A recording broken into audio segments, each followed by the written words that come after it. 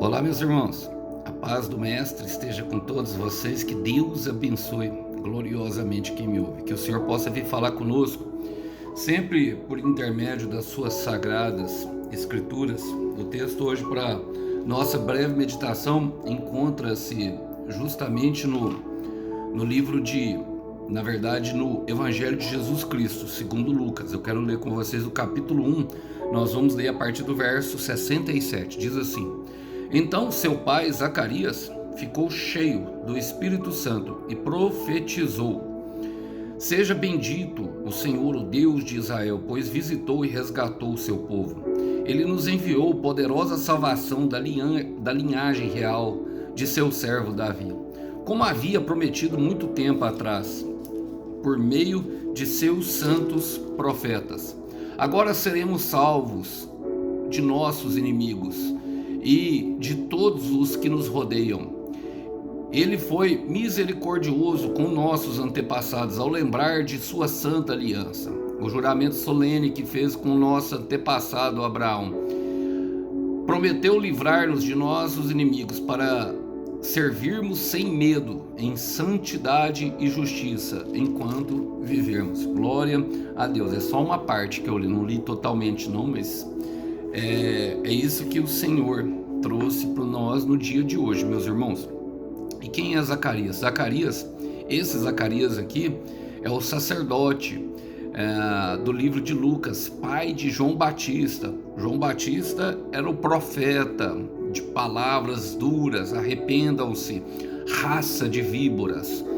E Zacarias, num momento muito feliz, depois de a sua velhice já concretizada, talvez já esperasse o fim da vida e nem esperasse que algo o Senhor pudesse fazer novo na vida deles. Ele tem uma visita do anjo Gabriel, e o anjo Gabriel chega com uma maravilhosa notícia, pois a sua esposa Isabel era estéril, falando que ela engravidaria e que o filho dele seria grande. E no meio daquela emoção toda, Zacarias duvidou. Zacarias perguntou para o anjo: como pode acontecer isso? E o anjo falou: eu sou Gabriel, que se assento à direita de Deus. Porque duvidaste de Deus, ficará durante o tempo da gravidez mudo. E o que eu li para vocês foi logo depois, porque o anjo deixou uma ordem de que o filho se chamaria João. Logo passados 9 meses, quando João Batista nasceu, era comum um acordo que os filhos chamassem ou o nome de alguém da família, ou então mesmo até o nome do pai. E as pessoas sugeriam naquele momento que ele se chamasse Zacarias. E ele, ali ainda mudo, pede uma tabuleta na mão e escreve que seria João. Porque perguntaram para Maria, como ele não para Isabel, como ele não falava. E naquele momento ele se lembrou da ordem do anjo, talvez passou todo o processo da mudez. E ele escreve: ele se chamará João. E nesse momento que ele fica cheio do Espírito Santo, eu quero fazer algumas aplicações pertinentes para nós. Começa a falar assim: então seu pai Zacarias ficou cheio do Espírito Santo e profetizou. Irmãos, pai de quem? Pai de João. Aqui aconteceu o milagre. O milagre aconteceu. Eu quero dizer, meu irmão, minha irmã, quando o milagre acontecer, você vai ficar cheio do Espírito Santo e de alegria. Atos 13:52 fala que Paulo e Barnabé ficaram cheios do Espírito Santo e de alegria, apesar de toda a perseguição e processo que eles estavam passando.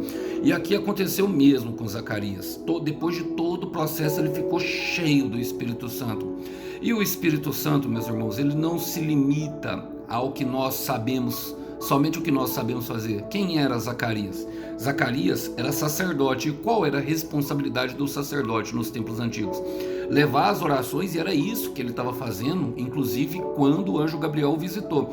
Levar as orações da igreja, da época, para levar. Naquela época, o Espírito Santo, Deus, se comunicava somente com o sacerdote. Tinha uma barreira, tinha um véu.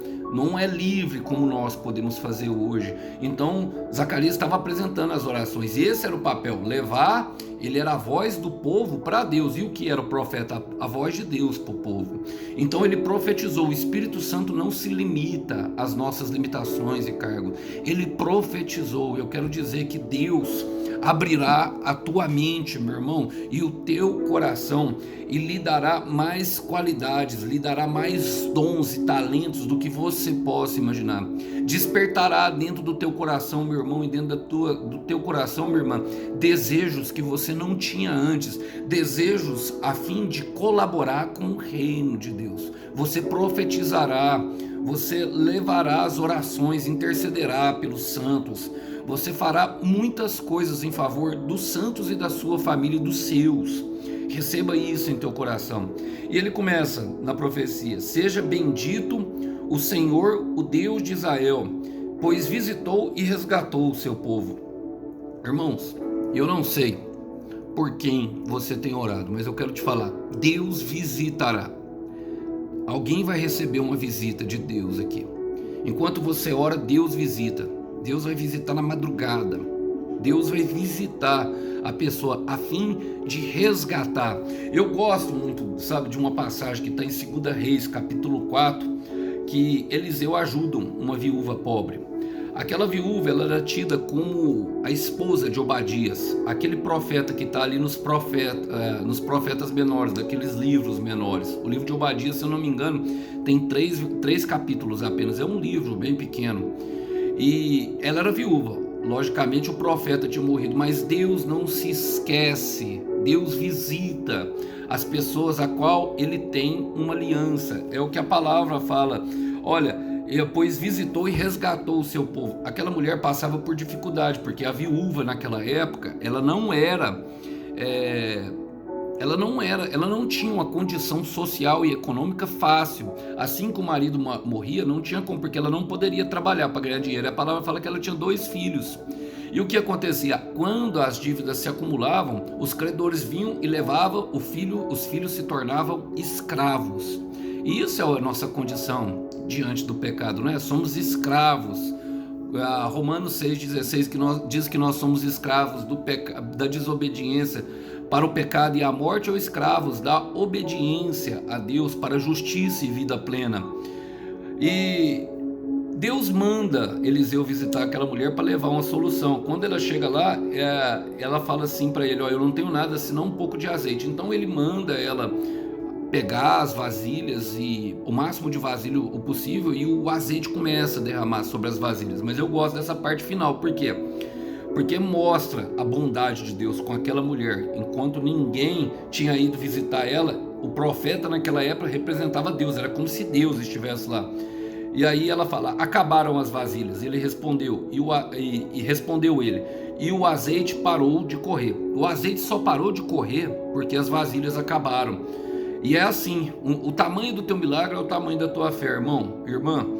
E fala assim, quando ela contou ao homem de Deus o que havia acontecido, ele lhe disse: agora vá, venda o azeite e paga todas as suas dívidas, e você e seus filhos poderão viver do que sobrar. Ou seja, Deus fez infinitamente mais, e é isso que Deus vai fazer na sua vida. Além de visitar o que você tem pedido para visitar, seja a sua área financeira, sentimental, psicológica, ele vai fazer infinitamente mais. Ele vai abranger todas as outras áreas, abranger os filhos. Ela e os filhos dela viveriam daquilo que sobrasse. Ou seja, tinha muita coisa ali, irmãos, tinha muita coisa, e só acabou porque acabou as vasilhas. Bom, é impressionante como Deus cuida de nós. No versículo 6 ele fala assim, ele enviou uma poderosa salvação, versículo 69, aliás, poderosa salvação da linhagem real do seu servo Davi, como havia prometido muito tempo atrás por meio dos seus santos profetas. Irmãos, Deus cumpre aquilo que ele promete. Deus cumpre. Ele sempre fala o que vai acontecer antes de acontecer. Nós que não cremos, nós que pensamos que é coisa da nossa cabeça, nós que começamos a pensar e achar que nunca, mas nunca mesmo vai acontecer. Olha, Jesus Cristo foi prometido por vários profetas: Isaías, Davi, Moisés, falou dele. Da Bíblia, do Antigo Testamento para trás, se vocês forem olhar, só tinha Jesus Cristo em forma de palavra e de promessa. E a linhagem real de Davi ali fala em Lucas 1, 34 a 35 que seria o reinado eterno. todo que crê no Senhor Jesus Cristo assume eternidade. Mas eu gosto de um versículo que está em Salmos 89, versículo 24. Fala assim, ó: a minha fidelidade e o meu amor o acompanharão, e pelo meu nome aumentará o seu poder. Era justamente isso que estava acontecendo ali naquele momento. Ó, o Zacarias nasceu, foi o filho dele que nasceu, era João Batista. Mas Zacarias estava profetizando justamente sobre Jesus. Isabel já tinha recebido a visita de Maria, e as duas ali num receber do Espírito Santo se alegraram muito, e os filhos que estavam dentro do ventre se cumprimentaram, a palavra diz. E agora ele continua falando, fala assim: agora seremos salvos de nossos inimigos e de todos que nos rodeiam. Está falando logicamente do nosso inimigo invisível, irmãos. O nosso inimigo visível, ele se vale de toda as pessoas que estão do nosso lado, todos que têm uma porta aberta. E quando eu falo uma porta aberta aí na linguagem evangélica do dia de hoje, ou seja, pentecostal, a brecha, todos que cometem pecado, que não aceitaram Jesus, têm uma porta aberta para Satanás trabalhar na vida delas e usar elas para fazer o mal a outras pessoas. Olha, no Antigo Testamento inteiro nós vemos Satanás agir de maneira escondida, e quando chega Jesus, ele começa a expulsar demônio para tudo quanto é lado. Nós só vemos o nome Satanás usar em Gênesis, quando ele fala para Eva, e ali naquele momento ali, aonde o Espírito de Deus sai de Saul, em 1 Samuel capítulo 18, se eu não me engano, capítulo 17, ele fala que saiu o Espírito do Senhor saiu de Saul, e um espírito mau se apossou dele. É justamente naquele momento. Então, em todo momento ele trabalha escondido. E os inimigos que nos odeiam, é Satanás que nos odeiam. E ele coloca ódio nas pessoas. Quando nós nos tornamos Jesus, a palavra fala que o diabo não pode nos tocar, mas ele continua nos rodeando e nos odiando, instigando as pessoas a nos odiarem. É isso que acontece, a batalha que nós enfrentamos. E Jesus veio para nos salvar dela. Olha o que fala o próprio Salmo 89, no versículo 23, fala assim, ó: nenhum inimigo o sujeitará a tributos, nenhum injusto o oprimirá. Naquele momento, irmãos, quando nós clamamos, nós somos salvos pelo sangue, pela obra que Jesus Cristo fez. E é por isso que eu gosto de 1 João capítulo 5, versículo 4. Fala: essa é a vitória que vence o mundo. Fala assim, e ele fala assim: a vitória é a nossa fé. Fé em quem? Fé no Filho de Deus. Ele continua falando no versículo 72, na profecia: ele foi misericordioso com os nossos antepassados ao lembrar-se de sua santa aliança. Eu gosto dessas expressões, irmãos, bastante humanas. Deus se lembrar, inclusive a etimologia da palavra Zacarias, aquele que é o profeta desse momento, que é sacerdote, mas que está profetizando em uma nova função, isso que significa Deus se lembrou. A verdade é que Deus nunca se esquece de nós. Isso é uma linguagem que Deus usa para tocar o nosso coração. Deus se vale de sentimentos como ciúmes, tristezas, e quer dizer que Deus não sente, irmão? Deus coloca talvez sentimentos em nosso coração por pessoas para saber como ele se sente a respeito de nós, mas ele fala conosco através de nossa própria linguagem. Isso é uma humildade muito grande e um interesse muito grande de, conquistar o nosso coração para que nós venhamos a confiar nele. E eu gosto dessa parte, falar, lembrar-se de sua aliança, porque na verdade Deus nunca se esqueceu de mim e nem de você.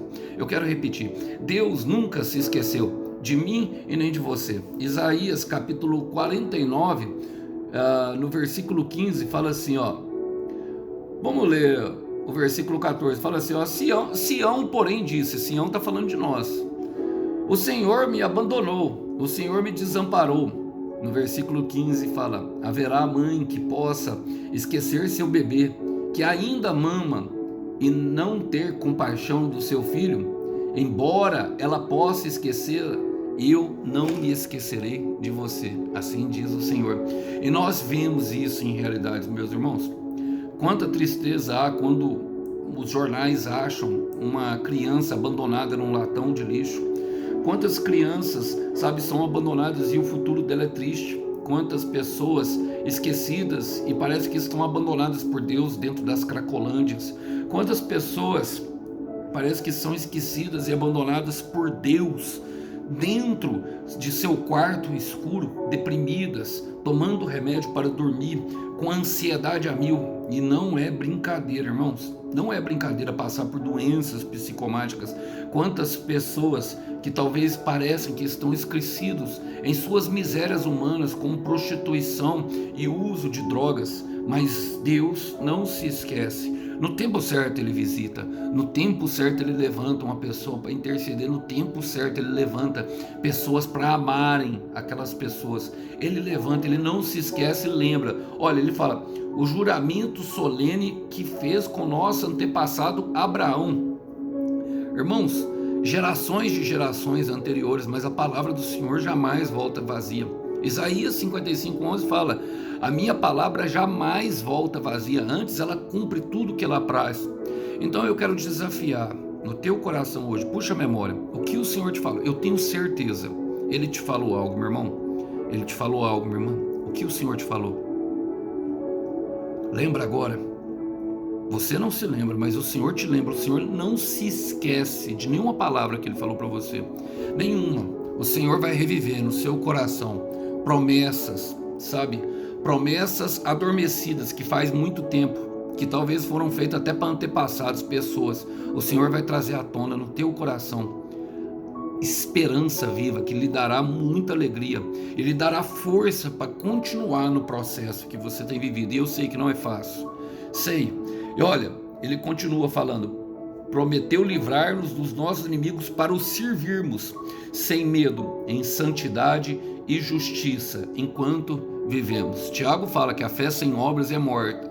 E uma das coisas que impede muito, são duas coisas que nos impedem de ter fé. A razão, nós colocamos os nossos conceitos, principalmente aí que eu quero aqui falar um pouco de pessoas que têm medo demais de serem rejeitadas, elas vivem pela razão. E a rejeição, quando nós enfrentamos ela, ela se torna uma bênção. E o medo justamente de ser rejeitado, de ser traído, de uma porção de sentimentos que já vivemos e não queremos sentir mais. Sentimentos que nos despedaçaram por completo e nos levaram justamente, até mesmo talvez, a esse quarto escuro em depressão. Mas o Senhor está nos livrando dos nossos inimigos internos e ocultos que nos impede de viver momentos felizes, momentos de restauração, de restituição e momentos que nos impedem de viver algo novo. Olha, o Senhor livra de todo inimigo oculto e além de tudo, Ele não deixa que aqueles que são usados para Satanás te aflija mais. Você ficará mais forte, você ficará mais firme e terá uma linda história para contar. O Senhor, Ele tem te amado no processo, Ele te resgatou no passado, Ele te ama todo o processo e lhe conduz a um futuro maravilhoso que Ele tem para você. Eu quero terminar com Efésios capítulo 2, versículo 8, para que você entenda o porquê o Senhor investe tanto em você. Ele confia muito mais em nós do que nós mesmos. Ele fala, vocês são salvos pela graça, por meio da fé. Isso não vem de vocês, é uma dádiva de Deus, um presente. Não é uma recompensa pela prática de boas obras, para que ninguém venha a se gloriar, pois somos obra-prima de Deus. Isso é uma obra maravilhosa, meu irmão. Isso é uma obra maravilhosa, minha irmã, das mãos do nosso Criador, o Todo-Poderoso, o poderoso controlador, aquele que tem todo o poder, te criou para o louvor da sua glória.